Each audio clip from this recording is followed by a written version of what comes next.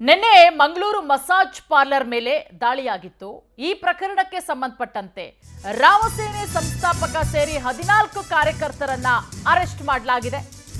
ನಿನ್ನೆ Mangaluru massage parlour ಮೇಲೆ ದಾಳಿಯಾಗಿತ್ತು। Colours ಅನ್ನುವಂತಹ ಮಸಾಜ್ ಪಾರ್ಲರ್ ರಾಮಸೇನೆ ಸಂಸ್ಥಾಪಕ ಸೇರಿ 14 ಜನರ ಸೆರೆಯಾಗಿದೆ, ಅರೆಸ್ಟ್ ಮಾಡಿದ್ದಾರೆ ಪೊಲೀಸರು। ಘಟನೆಯನ್ನ ಚಿತ್ರೀಕರಿಸಿದ್ದ ಕ್ಯಾಮರಾಮನ್ ಕೂಡ ಬಂಧನ। 14 ಜನರನ್ನ ಬಂಧಿಸಿದ್ದಾರೆ ಬರ್ಕೆ ಠಾಣೆಯ ಪೊಲೀಸರು।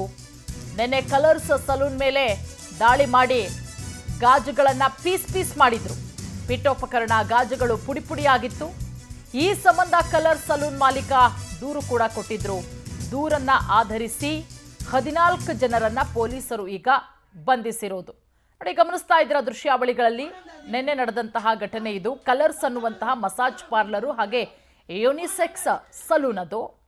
ಆ ಒಂದು ಸಲೂನ್ ಅಲ್ಲಿ, ಆ ಮಸಾಜ್ ಪಾರ್ಲರ್ ಅಲ್ಲಿ ಅನೈತಿಕ ಚಟುವಟಿಕೆಗಳಾಗ್ತಾ ಇದೆ ಅನ್ನುವಂತಹ ಮಾಹಿತಿ ಬಂತಂತೆ।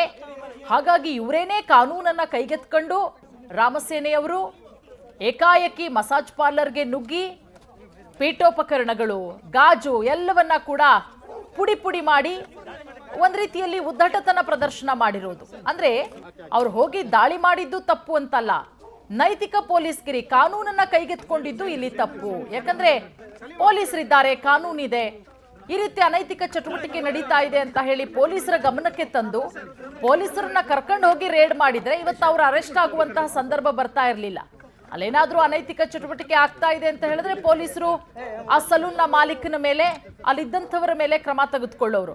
ಆದ್ರೆ ಇವರು ಹಾಗ ಮಾಡಲಿಲ್ಲ। ರಾಮಸೇನೆ ಸಂಘಟನೆಯವರು ಅವರೇನೇ ಹೋಗಿ ಅದರ ಜೊತೆಗೆ ವಿಡಿಯೋ ಮಾಡ್ಕೊಳ್ಳೋದಕ್ಕೆ ಒಬ್ಬರ ಕ್ಯಾಮ್ರಾಮ್ಯಾನ್ ಅನ್ನ ಕೂಡ ಕರ್ಕೊಂಡು ಹೋಗಿ ಪ್ರಶ್ನೆ ಮಾಡಿದ್ದಲ್ಲದೆ ಆ ಇಡೀ ಸಲೂನ್ ಅನ್ನ ಧ್ವಂಸ ಮಾಡಿ ಹಾಕಿದ್ದಾರೆ ನೋಡಿ, ಗಮನಿಸ್ತಾ ಇದ್ದೀರಾ।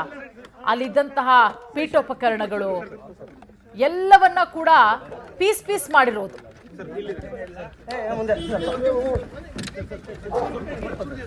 ಒಂದು ನಿಮಿಷ